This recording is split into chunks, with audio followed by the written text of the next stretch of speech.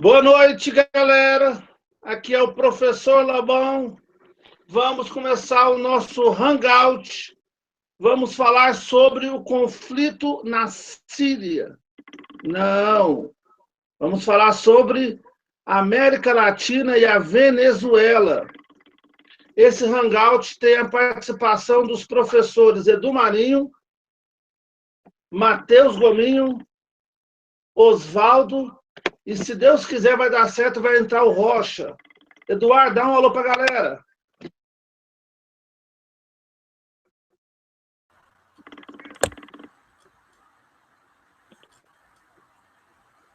Matheus. Boa noite, moçada. Beleza? Osvaldo. Salve, galera. Boa noite a todos.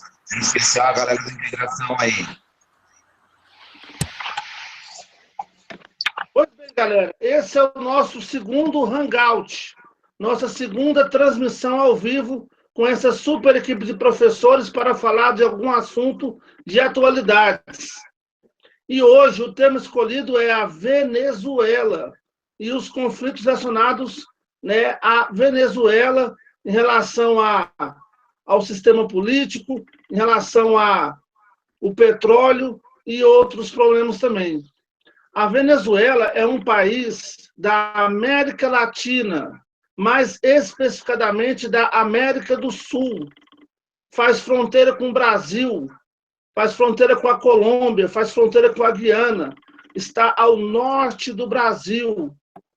Ela possui uma extensa reserva de petróleo, uma riqueza muito, muito importante, né? É o ouro negro. E faz parte da Organização dos Países Exportadores de Petróleo. Recentemente, temos observado aí uma grande instabilidade política na Venezuela e reflexo no nosso país. E vamos hoje, então, falar sobre todo esse processo histórico, né, desde a eleição dos governos bolivarianos e os atuais conflitos. Eu fiquei com a parte da localização, para que a gente possa, então, entender mais ou menos aonde está a Venezuela. A Venezuela, pessoal, é o 29º maior país do mundo, com uma área de quase 1 milhão de quilômetros quadrados. É um país que viveu períodos de grande ditadura, autocracia, durante o século XX. Recentemente veio uma onda de democracia, onde você teve governos eleitos pelo povo. Porém, essa estabilidade momentânea não persiste nos dias de hoje, devido, então, ao quê? A busca por poder. A Venezuela é um país que lidera um bloco chamado de países bolivarianos, que tentam fazer o novo socialismo do século XXI. As grandes reservas de petróleo da Venezuela não garantiram para esse país um grande desenvolvimento econômico para a sua população. E isso faz com que haja uma disputa interna muito grande. Gostaria de passar a bola para o grande Edu Marinho, que vai continuar aí comentando um pouquinho sobre a Venezuela.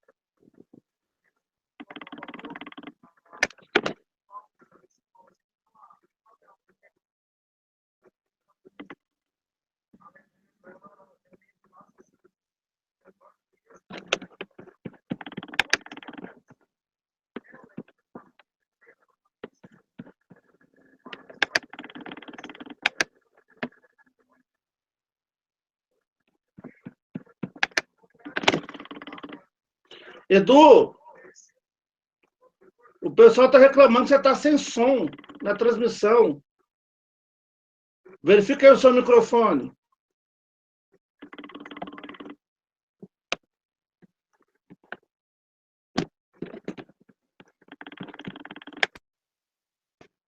Continua.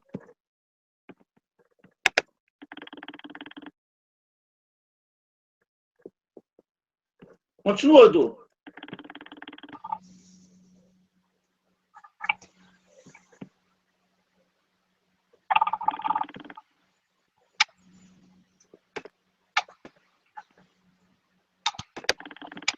Tá sem som.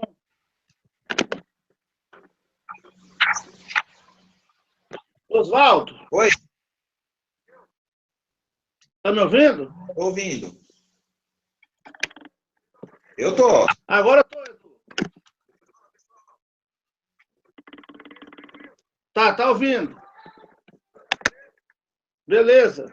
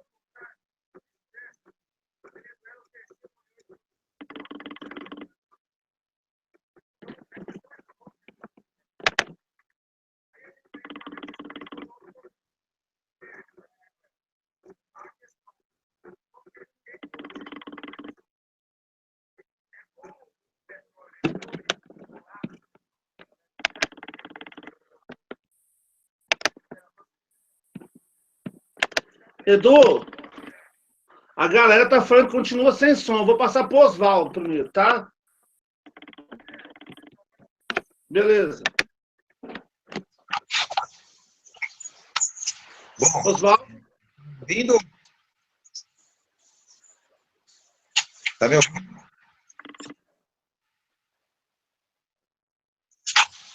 Tá me ouvindo? Tô ouvindo. Vamos lá.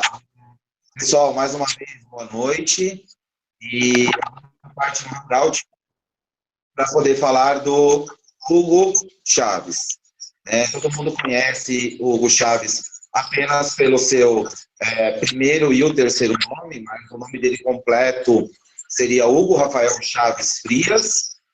Ele nasceu em 28 de julho de 1954, em Sabaneta, Minas. Faleceu em 5 de março de 2013, com 58 anos, na capital venezuelana.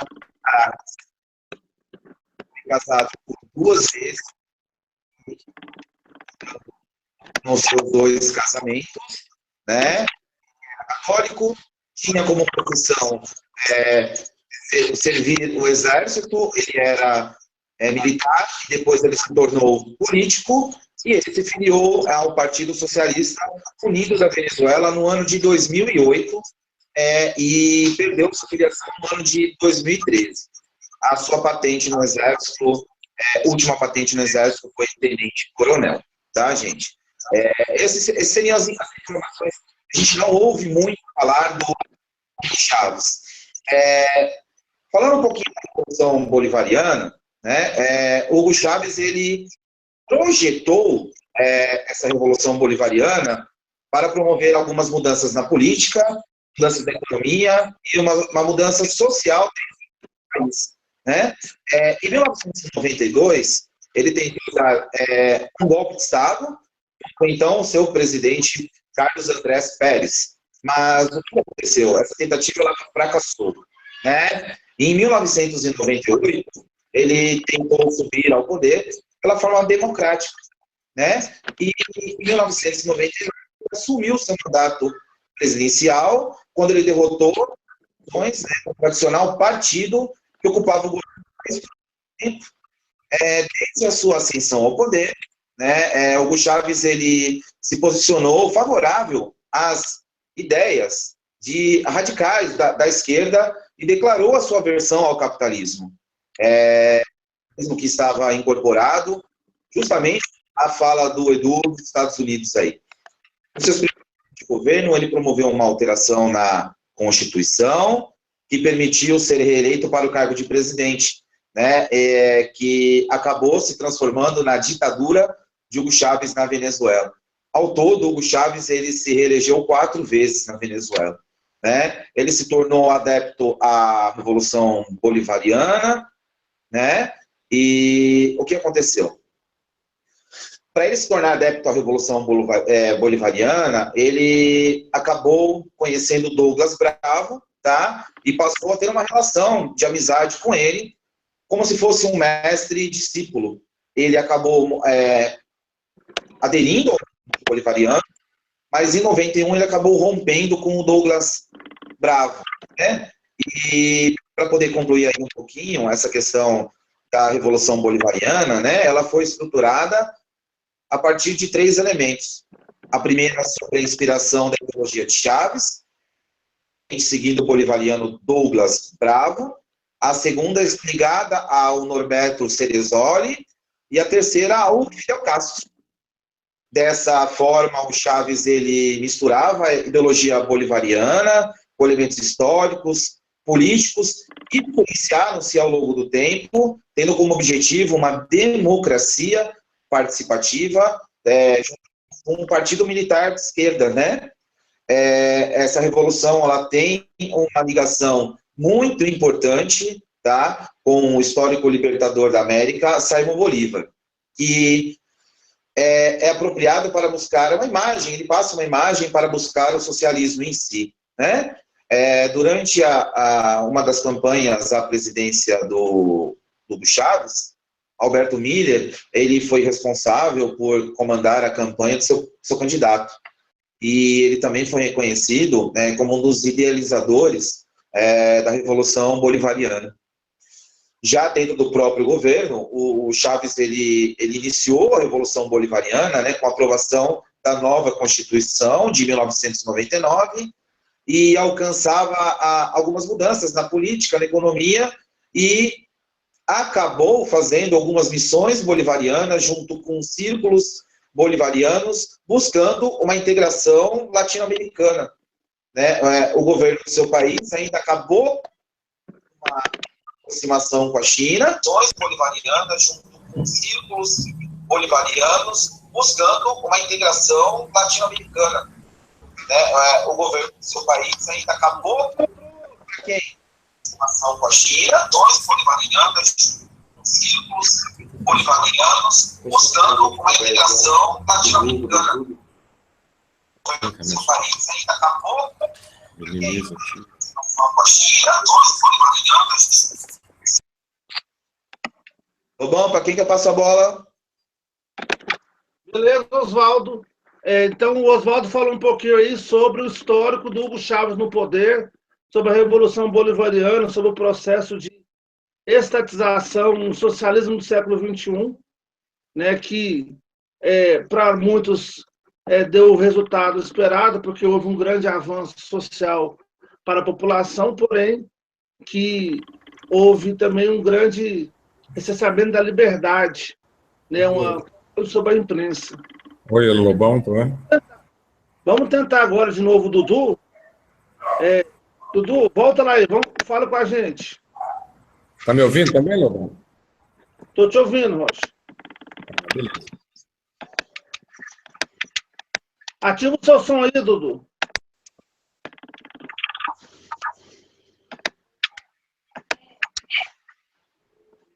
Não estou ouvindo. Problemas técnicos. Rocha, dá um alô para a galera aí.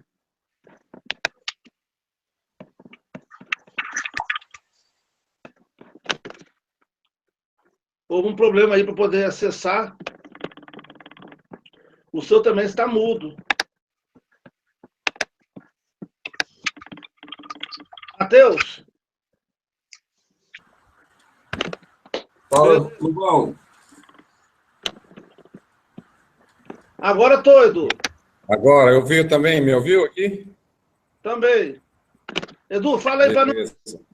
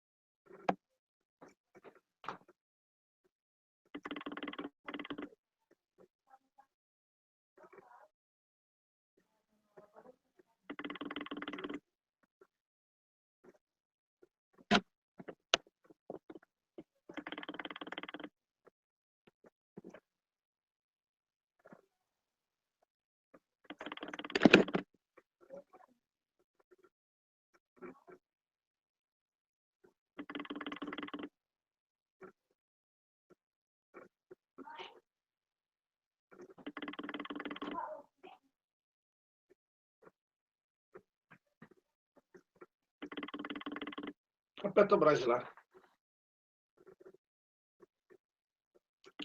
Terminou.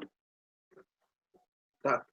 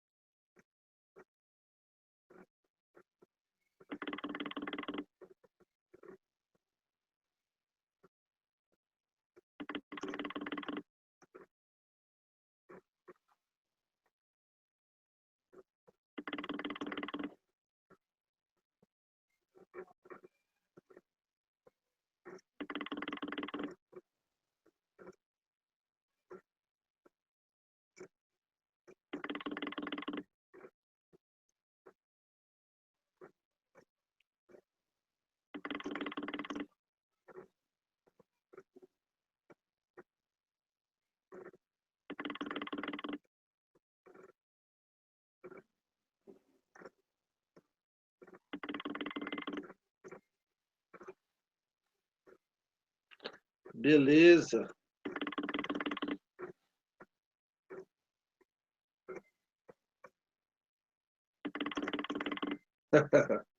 Beleza. Matheus, tá me ouvindo? Matheus?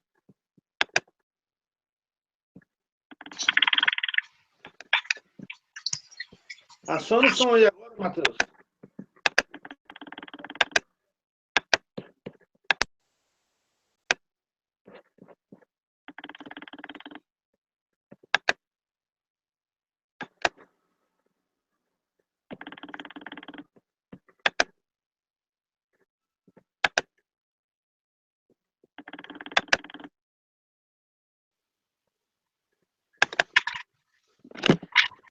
Parece que o Matheus não está conseguindo acessar, não. Está travado. E o Rocha entra e sai. Né? A tecnologia hoje está atrapalhando um pouquinho aí. Deixa eu ver o que o pessoal está conversando aqui nas mensagens. Né? Alguém tem alguma pergunta em relação ao que já foi abordado pelos professores? Aqui eu estou vendo aqui, ó, Daniel, Missão Gameplay, Isabela Cristine, Ivan Guedes, Vitor Teixeira, grande professor Vitinho, deixando mensagem aí para nós.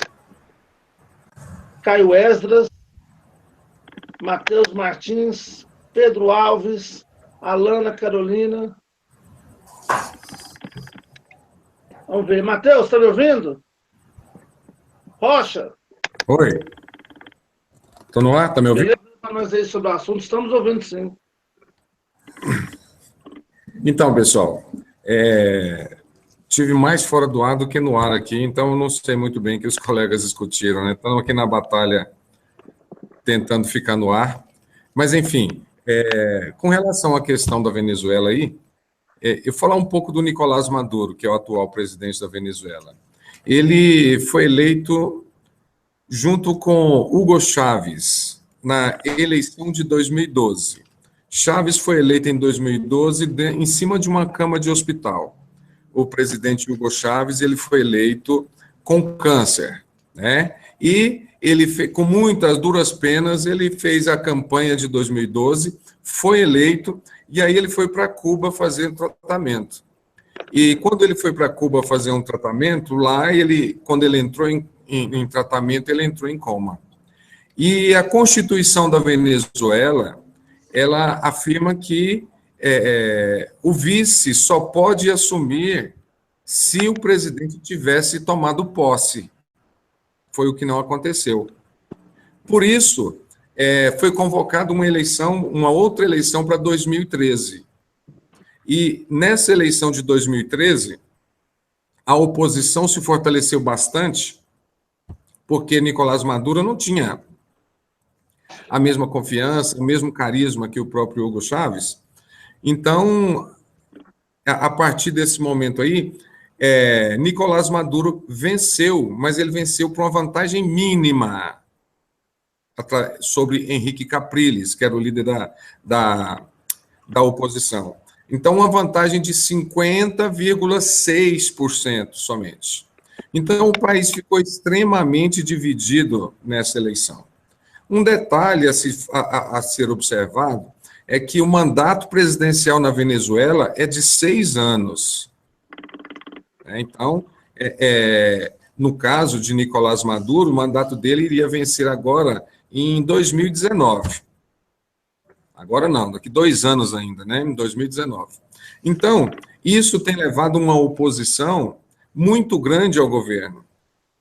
É bom a gente ressaltar que os meios de comunicação ficam falando que Nicolás Maduro, que a Venezuela é comunista, e isso não é verdade, né? Como o Lobão deixou bem claro no início, eu peguei o início aí,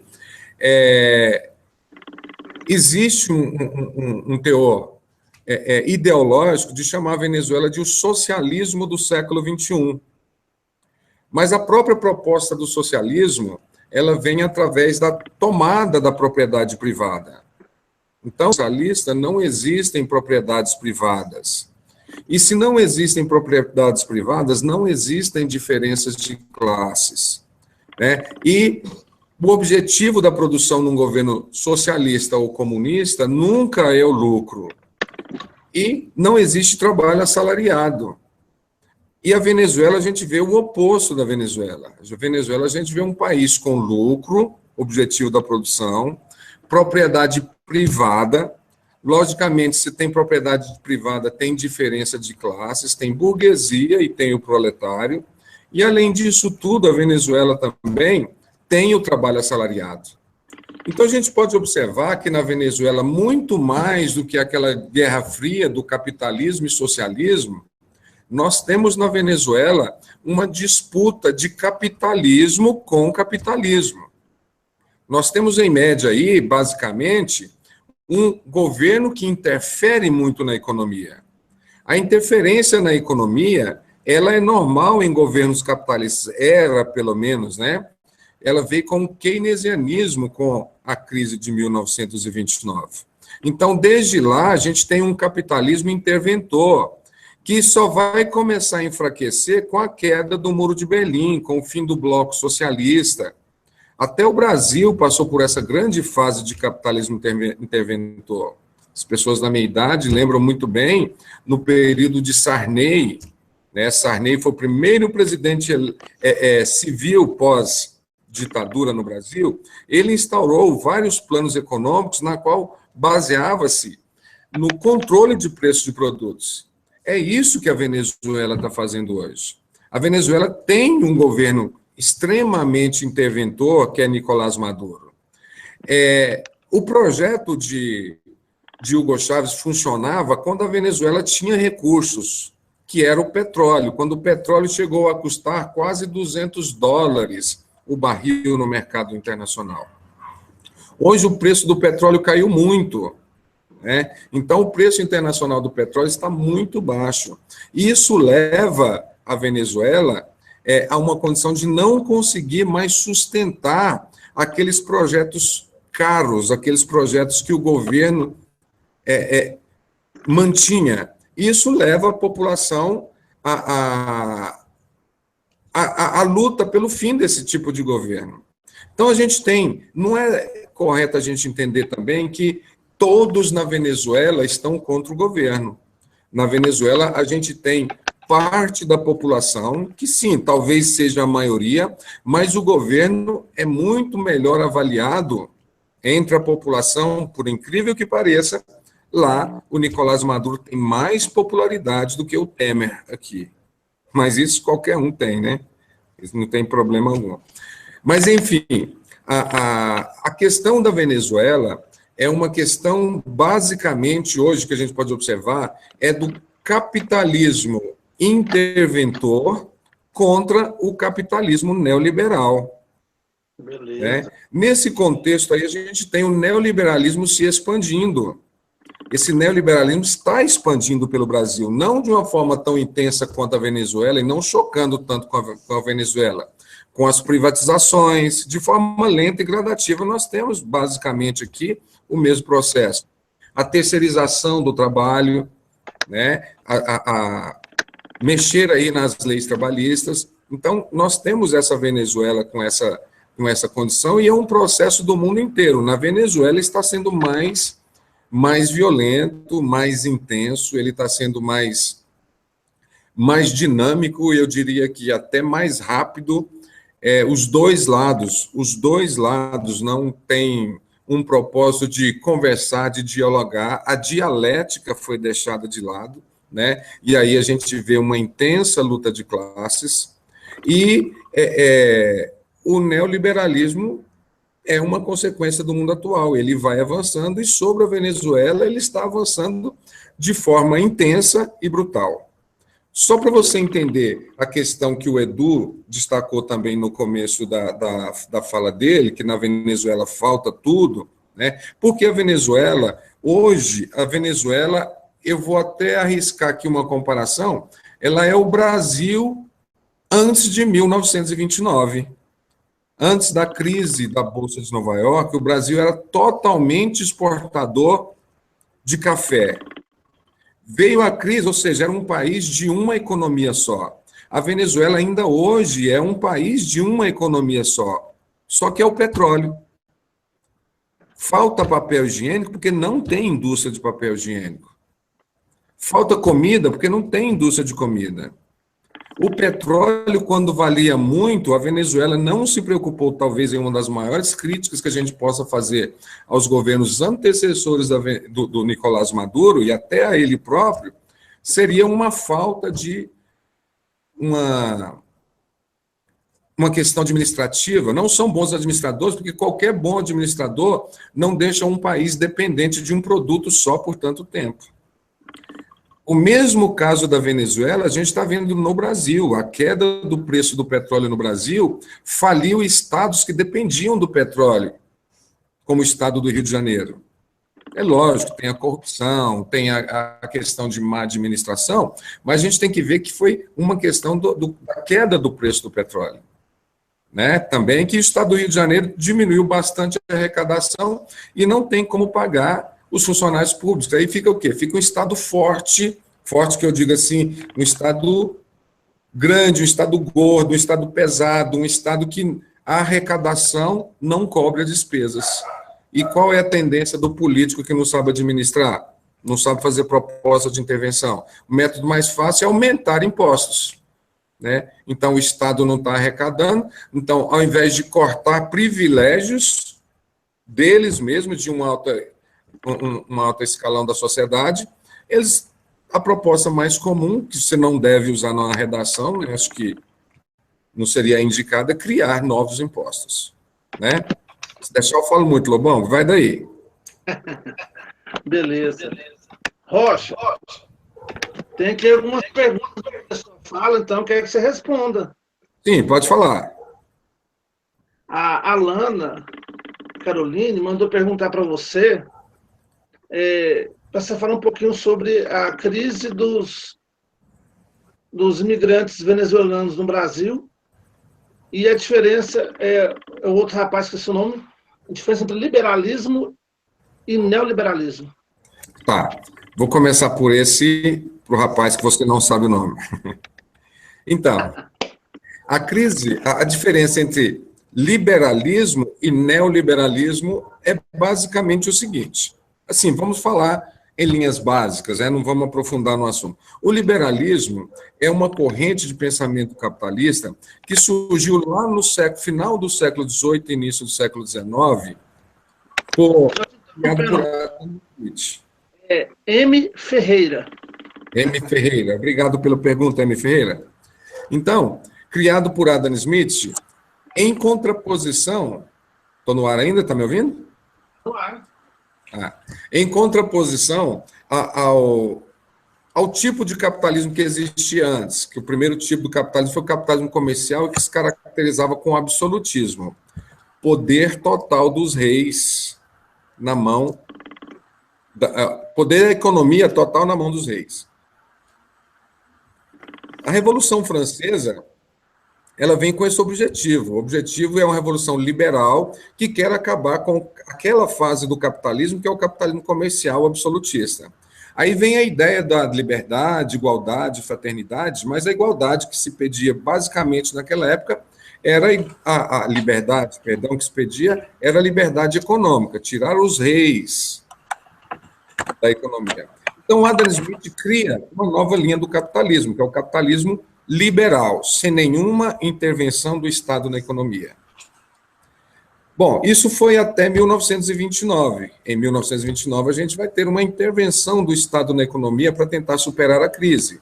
E aí vem as ideias do economista John Maynard Keynes, por isso a gente chama de keynesianismo, que é também Estado investidor, é a ação do Estado na economia. E o Estado volta a se formar como esse Estado da Venezuela. Nós vamos ter no Brasil, por exemplo, em 1930, a Era Vargas. Olha o Estado interferindo, proibindo o cultivo de novos pés de café, plantando, incentivando a policultura, queimando o café, comprando o café do grande proprietário, incentivando a indústria. Então, aí a gente vai ter o keynesianismo. O keynesianismo, essa fase de keynesianismo ou de capitalismo investidor, Vargas a gente pode observar também, que ele cria as empresas estatais, ele vai dos anos 80, né, com a queda do Muro de Berlim. Antes disso, um pouco, nos anos 70, nasce os princípios, os ideais de neoliberalismo defendido por Milton Friedman, principalmente nos anos 70, e nos anos 80 a gente vai ter Margaret Thatcher e Ronald Reagan são os maiores defensores do neoliberalismo. E o neoliberalismo começa a ser colocado em prática no Chile, no final dos anos 80. A queda do Muro de Berlim possibilitou esse capitalismo neoliberal avançar. E nos anos 90, a gente vai ter o FMI criando a OCDE, Organização de Cooperação do Desenvolvimento Econômico. O FMI ele cria a OCDE para pressionar os países devedores a implantar um neoliberalismo, inclusive o Brasil. Aí entra o governo Collor, privatizando e instaurando, porque o FMI deixa um recado claro para o mundo. Governos neoliberais não terão crédito. Aliás, governos keynesianistas não terão crédito no FMI. Então, começa o processo do neoliberalismo, que é essa fase atual do capitalismo, que ela está sendo imposta em alguns lugares até à força. Né? O neoliberalismo significa ação mínima do Estado sobre a economia. Né? O Estado deixa mais a economia de mercado, a lei de oferta e procura se regulamentar. Isso, então, seria aí a ideia do neoliberalismo, que vem se popularizando no mundo dos anos 90 para cá. Né? No Brasil, começa nos anos 90 com a era Collor, se expande na era FHC, né? Aí vem a era Lula, o governo Lula a partir de 2002, e Lula também é neoliberal, gente. Só que Lula já é um neoliberal mais contido. Então, Lula dá uma outra roupagem, tanto Lula quanto a Dilma dão outra roupagem para esse neoliberalismo. Ao invés das privatizações, vem o processo de terceirizações. Lembra, algum tempo atrás, não vai ter, a hashtag não vai ter Copa, porque os aeroportos não funcionam? E agora tivemos a Copa porque os aeroportos foram alugados para empresas. Né? Então, isso é o neoliberalismo, significa diminuir a carga do Estado, a importância do Estado sobre a economia. E com relação a outra pergunta, vou ser bem mais rápido, senão eu vou tomar muito tempo aqui. Qual é o nome da menina? Você lembra, Lobão? Alana. Lembra mais? Como? Alana Caroline. Caroline, obrigado pela sua pergunta. Olha, Caroline, a questão da imigração de venezuelanos no Brasil, né? É um processo que a gente está vendo ao inverso. Até a era Chaves, ocorria brasileiros migrando para a Venezuela em busca de trabalho. Hugo Chávez, com a forte intervenção do Estado na economia, com o rico petróleo que ele tinha, ele pagava um salário mínimo muito alto na Venezuela. Muito, 3, 4 vezes mais elevado que o salário mínimo no Brasil. Olha, promovia a imigração de brasileiros para cá. Então, a imigração de venezuelanos para o Brasil ela é fruto da crise política, crise econômica que esse país vem passando, né? Os imigrantes que chegam no Brasil, nós temos que tomar cuidado que existe no Brasil uma onda muito grande de, entre aspas, aí, crucificar imigrantes, né? Sendo que o brasileiro é um dos maiores imigrantes do mundo. Eu tenho que deixar isso bem claro. Você vai em qualquer lugar do mundo, qualquer país, você encontra brasileiro migrando por motivos pessoais ou por motivos econômicos. Então, a gente tem que tomar cuidado com isso. O imigrante que vem, o venezuelano que está vindo para o Brasil, ele, muitas vezes, ele é também um trabalhador qualificado, né? Então, ele sai de lá pelo desemprego. Isso é normal, qualquer um de nós, se uma situação como essa chegar no Brasil, Deus nos livre que não aconteça, né? Mas os brasileiros também vão tentar esse processo, como era nos anos 90, né? O brasileiro migrava bastante.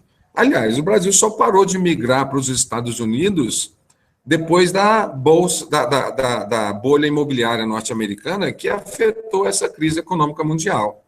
E como todos os imigrantes muitos sofrem com preconceito aqui no Brasil, nós também éramos tratados dessa maneira lá fora. Em alguns lugares bem recebidos, em outros lugares completamente tratados quase como animais doentes, vamos dizer assim, né?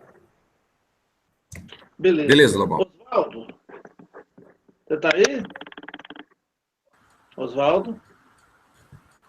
Oswaldo?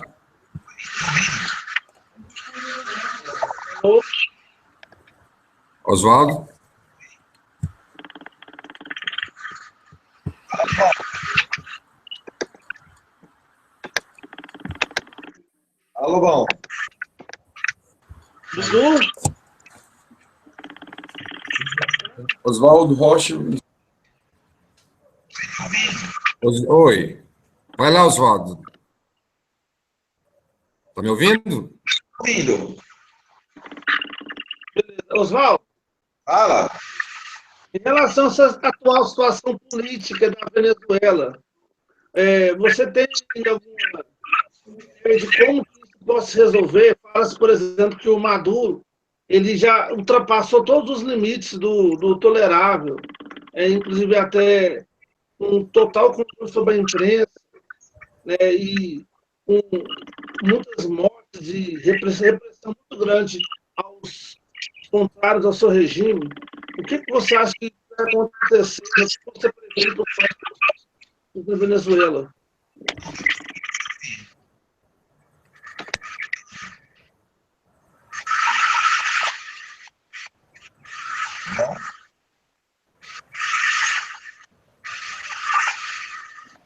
Oi?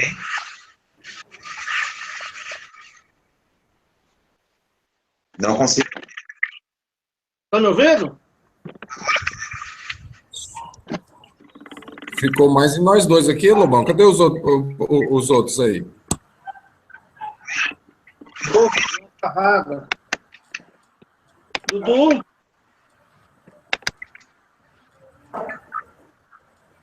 Bom.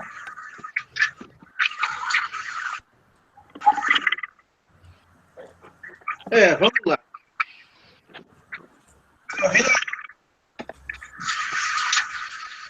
Eu estou ouvindo, Lobão. Rocha.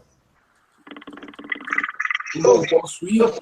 Relação eu de longe, não sei se está falando comigo, posso dar as informações? Pode sim.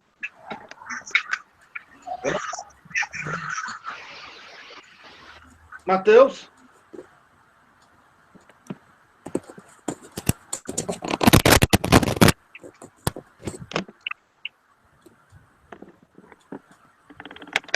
Oi.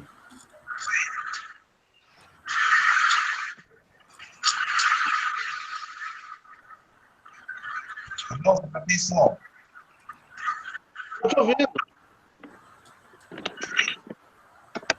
Eu estou ouvindo, Lobão. Isso, pessoal, essa é uma proposta, né, dos professores aí. Não. Se liga. Geografia com o professor Oswaldo e Geografia do Lobão, para poder fornecer conhecimento para os alunos pela internet. Essa aula está gravada, né? Vai ficar gravada na página, né, desse canal do YouTube.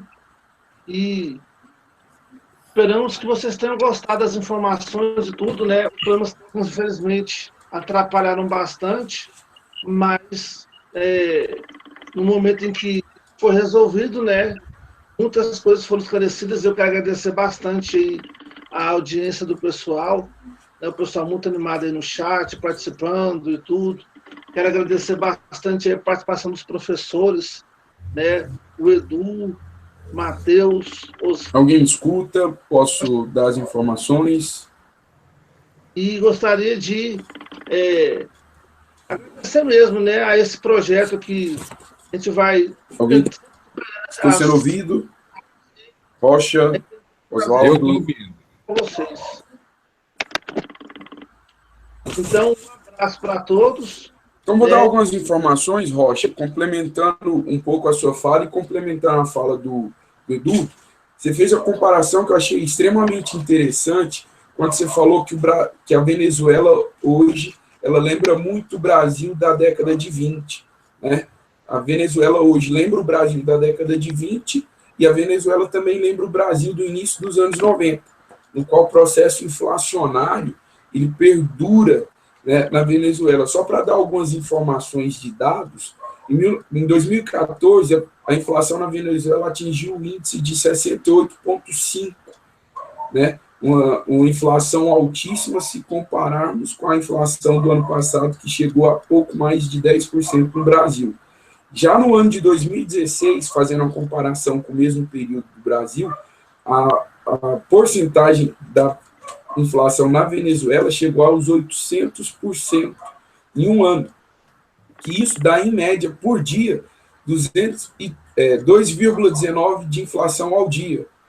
E a estimativa para essa inflação para o ano de 2016, com a crescente inflacionária na Venezuela, ela tende a chegar a 2.200% ao ano, que dá incríveis 6,02% por dia.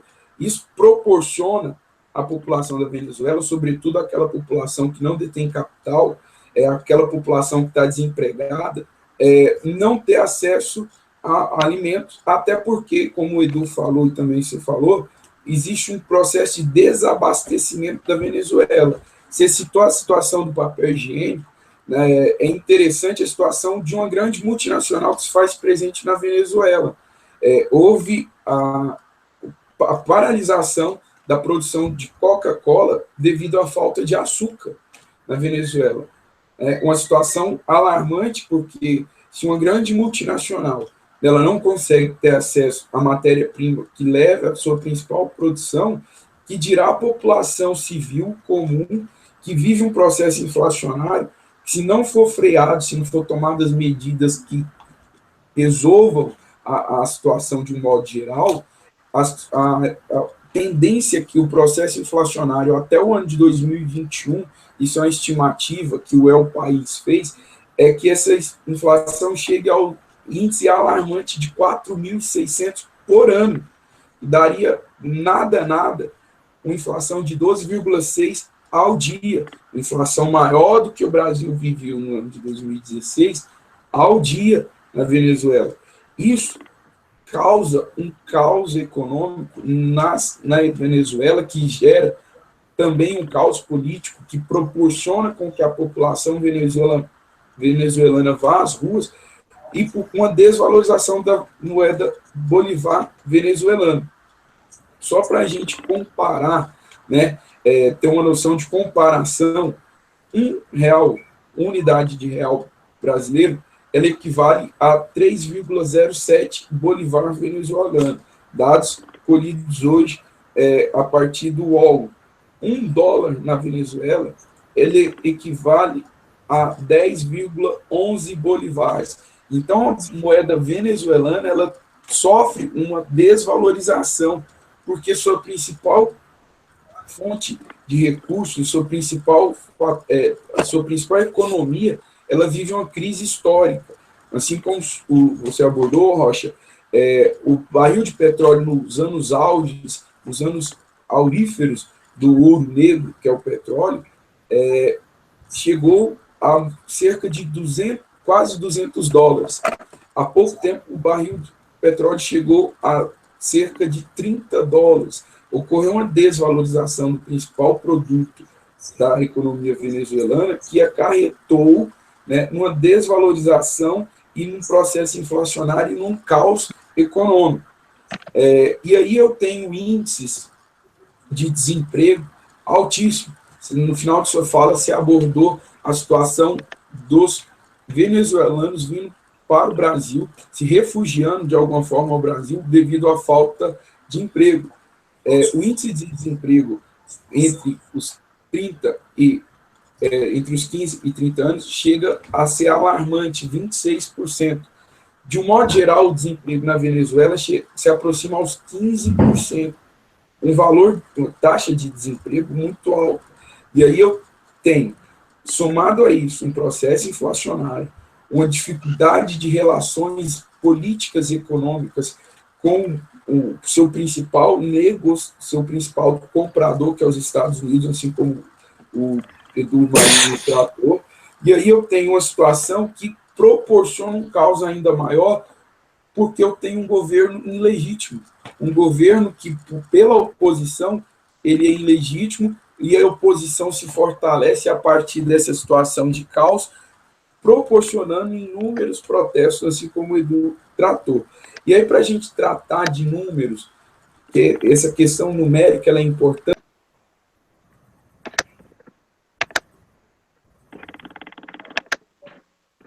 Alô? Ano passado, o governo brasileiro recebeu 2.230 pedidos de refúgio de venezuelanos no Brasil. Venezuelanos esses que chegam pela região norte do país. Esses dados são apenas lá da Polícia Federal de Boa Vista. Então, a chegada de venezuelanos no nosso país, ela está se tornando intensa nos últimos 2 anos. Estão me ouvindo? Estamos, sim. A chegada de venezuelanos no nosso país, ela está intensa. Isso provoca uma situação, como o senhor tratou, de xenofobia, assim como houve casos de xenofobia com os haitianos na região norte do nosso país, está tendo um intenso processo xenofóbico com os venezuelanos que acabam tomando a cidade de Boa Vista, ocupando a cidade de Boa Vista.